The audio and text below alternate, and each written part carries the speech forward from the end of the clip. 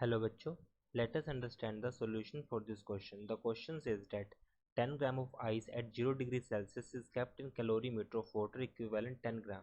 How much heat should be supplied to the apparatus to evaporate the water thus formed? So neglect loss of heat. So question में हमें 10 gram of ice given है. Suppose ये हमारे पास 10 gram of ice है जिसको starting में जो temperature हमारे पास है वो है 0 degree Celsius. Suppose T node हमारे पास है 0 degree Celsius kept in a calorimeter of water. Equivalent calorimeter के लिए जो वाटर इक्विवेलेंट है हमारे पास वो कितना है 10 ग्राम. कैलोरीमीटर के लिए वाटर इक्विवेलेंट हमारे पास है 10 gram. How much heat should be supplied to the apparatus. तो यहाँ पे हमें बताना है कि कितनी हीट को हम सप्लाई करें अपरेटस पे टू इवेपोरेट द वाटर. तो हमें यहाँ पे वाटर को इवेपोरेट करना है. So now we have to evaporate water. So in this case solution for this question. तो सबसे पहले हम की कंसेप्ट की बात करते हैं. अगर इवेपोरेशन के लिए हमें कैलोरीमीटर में कोई सब्सटेंस गिवन है तो वहाँ पे हमारे पास जो हीट सप्लाइड होगी, हीट सप्लाइड सारा कंसेप्ट इसमें ऐड होगा. That is latent heat of fusion plus M C delta T which is specific heat of water.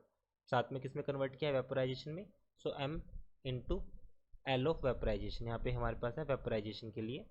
और लेटेंट हीट ऑफ फ्यूजन साथ में हम मल्टीप्लाई करेंगे M into L latent heat of fusion के लिए.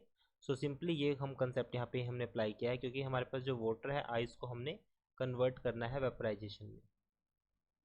सो that's why we will use here Q1. Starting में mass कितना है सब्सटेंस 10 ग्राम और latent heat of fusion water के लिए होता है 336 plus 10 into specific heat is 4.2 in calorie multiply with delta T is 100 क्योंकि हमने इसको इवेपोरेट करना है. तो यहाँ पे 100 minus 0 100 plus 10 into latent heat of vaporization equals to होता है 2260.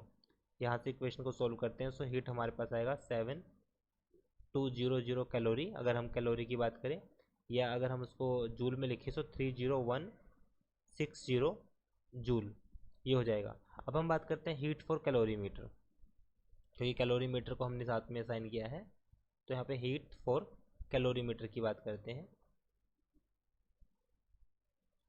उसके लिए हम यहाँ पे यूज़ करेंगे Q2 that is equals to mass कितना है 10 specific heat 1 and temperature is 100 minus 0 100. तो ये वैल्यू हो जाएगी हमारे पास 1000. Now total heat Q that will be equal to Q1 plus Q2 क्योंकि कैलोरीमीटर की हमें ऐड करनी पड़ेगी वेपोराइजेशन एंड स्पेसिफिक हीट के लिए. तो यहाँ पे आएगा हमारे पास 7200 plus 1000 that is equals to 82,000 joule 82,000 calorie. So this value will be in calorie. So it is our answer 8200 calorie. Hence option D is right. I hope you understood. Thank you.